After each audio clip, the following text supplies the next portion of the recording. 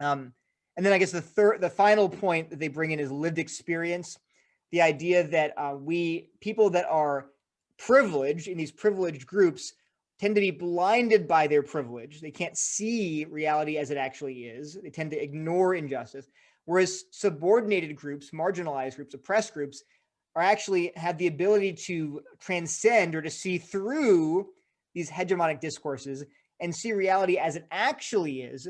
And they can see their oppression, and therefore we should defer to them. We should say, what is the view from the margins? What's the view from the bottom? How can we look to the margins to inform us what the truth is about our society? So that's the idea that lived experience has this epistemological value. Now, again, we've talked about this, is there some truth to that? Does your lived experience, even lived experience as, say, a white man or a black woman or a half Indian theoretical chemist, does that give you some unique insights? Well, yeah, it does, right? But it's not, first of all, it's not just that minoritized groups have those insights from their lived experience. So do dominant groups.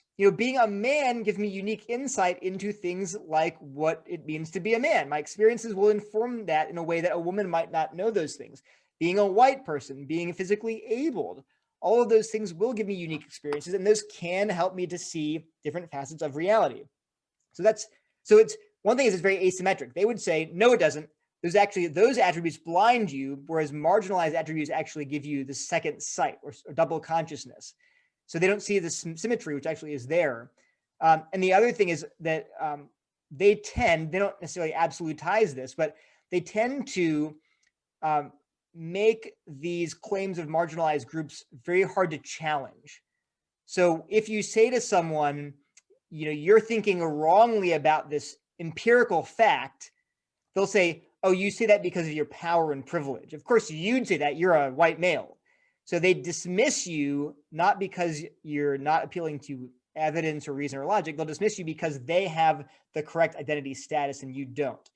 So that's obviously another major problem with this view, is not only do you not have any insight because of your whiteness or your masculinity, you also can be dismissed because of those very factors, which we both say that's not right. I mean, when I've seen people talk that way on Twitter, say, yeah, it's often not people from those groups either. Oh, yeah. So they'll also say that, oh, because you're, well, they say it to you. They say you're a white man. Look at my beard. Look, right? This is that's some Indian heritage right there. This is right. Like only a month or anyway. But I mean, I've seen white women say to you, yeah, because you're a white man, right? They and that kind of thing, and they're not acknowledging their own epistemic lack of access from being white, yeah. But they're acting like you do have that. Mm-hmm. But I think we need to distinguish again between the people who are more careful about this, people who are less careful about this.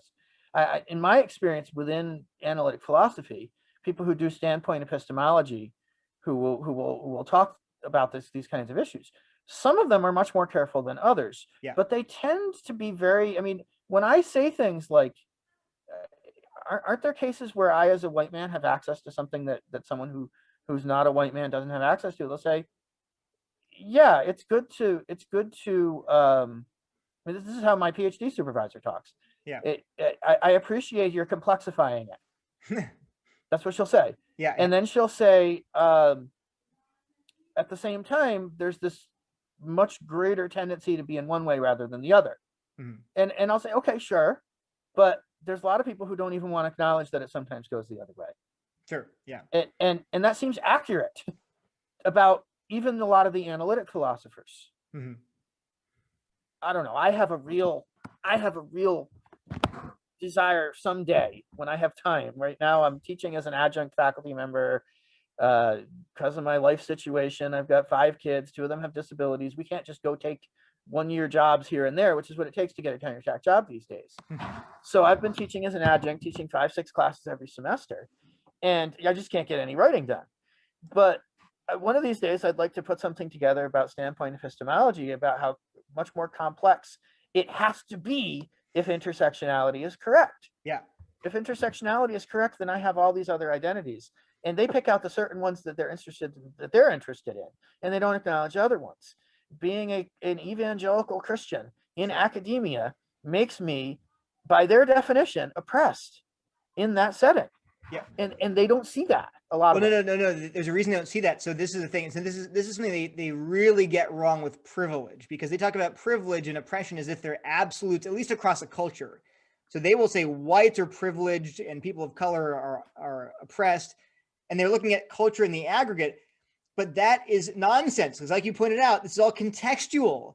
You know, a white person is not privileged living in, you know, the heart of a 99% black neighborhood. They might be teased. Actually, I know people who've said that. I grew up in like an all black, you know, neighborhood, and I was teased for being white. In the same way, a Christian living in Bible Belt, you know, in the, you know, some rural Texas is privileged, but a Christian living in, you know, Manhattan is not privileged. They're going to experience a lot of quote unquote oppression, in the sense that they'll be treated unfairly. There'll be stereotypes. So I totally agree, Jeremy. And actually, to her credit, it's amazing. The only time I've ever seen anyone acknowledge that privilege is contextual is, believe it or not, Robin DiAngelo in her book What Does It Mean to Be White? She has a short paragraph, but it's there, where she says, okay, well, there is some sense in which these things can vary from, you know, place to place, which is, that's the only time I've ever seen someone acknowledge that. And she's, as we agree, she's wholeheartedly endorsing all these ideas, but she recognizes, yeah, okay, it's that simple. But the other thing to keep in mind is that all of these critical theories flowed out of a political program. They're all praxis oriented. They want to promote activism. So when you say they're not willing to acknowledge the sense in which, say, as an evangelical Christian, I might have some insight that they lack teaching at progressive universities. Well, why don't they acknowledge that? It's not because they're, you know, ignorant in a sense, or just dumb. It's because it doesn't further their political program of liberation. That's not pejorative. I'm just saying the way they think about rationality, the way they think about objectivity, is very much practice oriented. Their goal is to liberate the oppressed, and therefore they will pick out certain observations that help them towards that end. And that's not really inconsistent, because that's the whole point of their project. They've always said explicitly, we use these tools to achieve liberation. We're not as concerned about consistency, right? That's not really a major category of thinking for them. Which I think the analytic philosophers would push back against that. Yeah, hopefully they would. Most of them would. The ones that I rub shoulders with all the time would. So, I mean, like, go ahead. Well, I mean, I think with some of these people that we're talking about here, you could present. I mean, George Yancey I think he's already got his book out now about Christians in academia, right? Is that out in book form? He's published several articles about it. I know that. And demonstrating that there really is a severe prejudice, and I mean, looking down on people, thinking that they're not welcome, making discriminatory decisions in hiring among academics. And I've seen it firsthand, and I've heard about it directly from other people too. I just remember Dean Zimmerman is one of the best analytic philosophers in the world. Oh yeah, he teaches at Rutgers, which is one of the top departments there. He's a friend of mine. He's an evangelical Christian of a Pentecostal variety, the Vineyard, and everyone thinks he's wonderful. But I remember when we hired him at Syracuse, when I was a grad student there, our department decided to hire him, and one of the grad students, the first thought was, "I can't believe they hired a Christian." It doesn't matter how good he is; he's a Christian. Yeah. There have been studies. I have a funny story about Dean Zimmerman, but there's studies. Yeah, like George cites them, but Heterodox Academy has shown, like, there's study after study where they just show they're not just explicit. So some people, you ask them, would you discriminate against an evangelical Christian? They say yes. It's like a third of professors just outright admit it. Outright say, I would not. I would not want to hire a Christian. Whereas if you do more subtle surveys that try to probe the people that won't admit it, it's more like half. So it's a third will just outright say, I would not want to hire a Christian or evangelical Christian. But even if there's obviously more people who just hide it and would do it subtly. Okay, brief aside, this is a funny story about Dean Zimmerman. I when I was writing my book, I got an analogy from The Problem of Evil from another philosopher named Paul Manata. And he said, actually, I heard that analogy from Dean Zimmerman. So I wanted to cite him. So I emailed Dean and I said, did you come up with this analogy? Is it in an article somewhere that I can use? I said, Paul heard it from you at a conference philosophy. You were sitting in the hallway at like 3 a.m. playing the guitar. And he wrote back and said, man, he's like, I don't remember that at all, but man, it sounds like me. Sure, go ahead and use it. He was like, man, it's all blur, but sure, okay. It was a really funny email. It was a great analogy, by the way. But anyway, that's a funny, totally. I didn't know who he was at all until I emailed him. But yeah, well, Dean is one of those very long process thinkers. Like, it takes him a really long time to come up with stuff, and then when he publishes it, it's amazingly perfect. it just takes. So he's not very quick with thinking about objections and that kind of thing. So it doesn't surprise me that his memory is not great with precise details. Anyway, so the final work he produces is always absolutely excellent. Yeah. Those are the four basic tenets. You have social binary, oppression through hegemonic power, social justice, and lived experience. And those, like we said, we've agreed there's parts of those things that are true, and that's I always point out. These ideas wouldn't be so pernicious if they weren't partially true. No one believes pure lies. Like, if you just walk around saying 2 + 2 = 8 and the sky is green, people just ignore you. So they clothe these ultimately false ideas. They capture some elements of truth, and that's what makes them plausible. And so I think if we don't acknowledge those truths, well, actually, one, we'll show we don't understand what we're talking about. But two, we won't understand how these ideas get a hold on people. Right. So it's like you study, actually, Danny Aiken mentioned this in a talk. He said, you study a virus to know how it works so you can take it apart. If you don't understand that virus, how it works, you can't create a vaccine. So in the same way, we want to understand these ideas, not merely because we want to create a vaccine, but also because some of these are true. They're illuminating truths.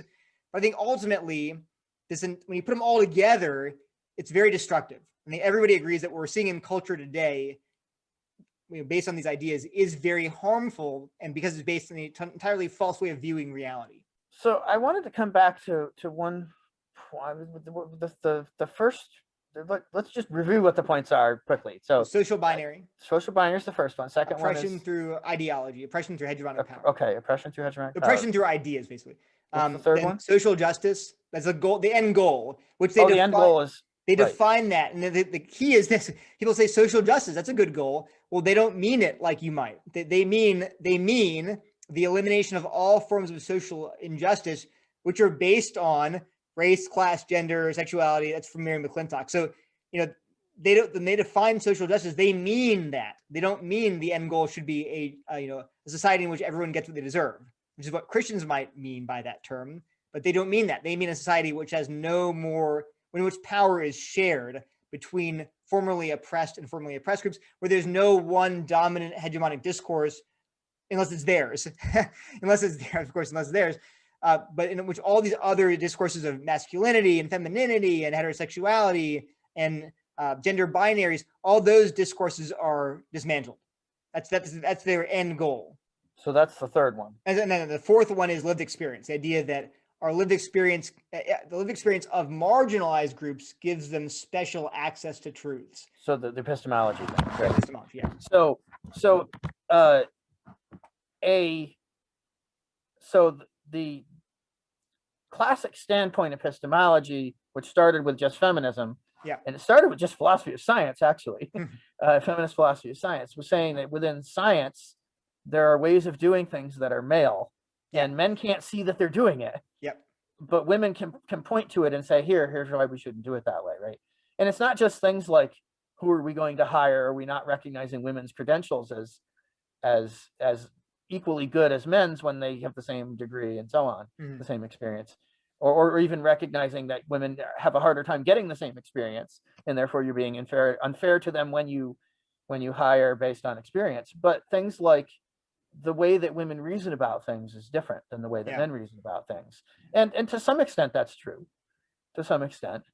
But so therefore, to some extent, maybe there are ways that we should alter our ways that we do science to allow for different forms of reasoning and so on. I'm not opposed to that in theory.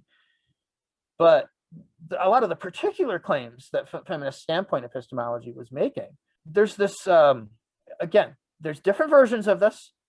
There are several different views that are out there that are all called standpoint epistemology, but you have the most radical version of it is just outright relativism. Yeah. And you find that today in among, now it's not just feminism, it's with all of these. You will find that, and it is an accurate characterization of the way some people do this. Yeah. However, I mean, it's basically saying, well, there's the men's way of doing it and women's way of doing it and so on. But standpoint epistemology falls apart completely if you take that too seriously. Sure. So most of them are not actually outright relativists. What they want to do is privilege the unprivileged, Yes. right? And so they'll say women's ways of coming to understand the world are more advantaged than men's in terms of getting to the truth, because women live in the male world and they can see things outside of that. Right. It's a double consciousness. That's so goes back to, yeah. double consciousness, right? And that's much older than standpoint epistemology. Oh yeah. That goes way back. It's So, Du and that's Bois, usually in the context of race that has come up. Yeah. So, was it Fanon or was it before No, that? Du Bois actually Du Bois. coined the That's term. Du Bois. Yeah. That's right. Du Bois coined that term. So the double consciousness that Du Bois is talking about is racial. Yeah. So he would say that people who are Black or African American have an insight to things because they can see both the white person's way of doing things, and they have been able to step outside that and see what's limited about that. And so therefore, because they can compare the two, they have privileged access to seeing the truth. Yeah, so the passage in Du Bois that says that it's disputed what he meant. It's not clear that he meant that, but it doesn't matter. But the idea, that's how it's taken now. It's taken now, yes. But the question is, well, did he mean that? It's not clear to me that he meant that, but it doesn't matter. Yeah, it definitely is taken that way now, and definitely it's that idea goes back to Marx too. And Marx also the idea of false consciousness, and not double consciousness, but false consciousness. False consciousness, right? So this idea goes, it's definitely has many different sources. But like you said, it's been adopted by feminist epistemologists, and yeah, one of the problems I have with especially Christian apologists, is they see all of this stuff as just postmodernism. But and so they assume that standpoint epistemology is just relativism, right? And I keep trying to tell them, no, it's not. It's not. It falls apart if it's relativism. Exactly. If it's just that everyone has their truth, well, that's not what they're saying. They're saying there is a truth, and that's why we should privilege women, because they have better access to it. So it really falls apart if it's pure relativism. So again, apologists tend to say can't we just say, if someone says, well, this is my truth, and can't you just say, well, my truth is that your truth is wrong. They'll just say, no, you're wrong because you're a white male. So they think they can play that sort of jujitsu, that the judo, they turn it against the claim, but no, you can't, because it's not relativism. They're claiming something else, which is that there is an objective truth and that certain people have better access to it. And yeah, so anyway, yeah, but it's a common misunderstanding. And I think when I analyze that claim, it's one of those things where I think, well, there's something right about that. Yeah. But it's being absolutized in a way that seems false to me. So what's right about it is, yes, if you are able to experience two worlds, two ways of thinking, two ways of running the world, two ways of talking about the world, thinking about the world, you can see from both of those perspectives. And that allows you to sort out which one is more accurate to reality. I understand that. And there are things that those who are more marginalized or whatever, the categories they're going to call oppressed, are able to pick up on. But the problem is when you absolutize it. Again, this goes back to the whole, if you really take intersectionality seriously, then my identity as an evangelical Christian in academia is by their standards oppressed. And there are things that I'm going to pick up on that they won't. Right. And you can't absolutize these categories then, because I'm going to see the ways that Christians in academia are mistreated. And I will see that the ways that, there's others too. Conservatives, right? Yeah. So I've had countless conversations when I've sat among people who expect me to be like-minded with them. And they'll just say insulting things about things that are important to me. And they won't realize that they're insulting me because they just expect everyone around them is like them. Sure. So that's exactly the sort of thing that happens, that they're pointing out with the groups that they're pointing to, but there's other groups that it happens to and they don't even see it because they're blinded by their identities. Yeah. Their identities that are within their circles, the majority. It's the same exact phenomenon, and they just can't see that they're doing it too. Well, but the other thing too is that I think there are a lot of problems with the standpoint epistemology. One is when it's absolutized, but also when it prioritizes groups over experience. So like we talked about before, like an individual. Yeah, the fact that Oprah is a Black woman. I mean, I don't know if Oprah has kids. I think she has kids, but Oprah's kids, right, do not have what they interpret to be the Black experience in the way that if we want to absolutize that kind of thing, they're Oprah's kids. That identity, being Oprah's child, trumps all other identities. And so to go to them and say, what's the Black experience like? They're Oprah's kids. They probably don't know. They don't know the white experience is like. They don't know what the male or female experience is like. They're Oprah's kids. That is so much bigger a factor in their experience of life than being Black or white or male or female.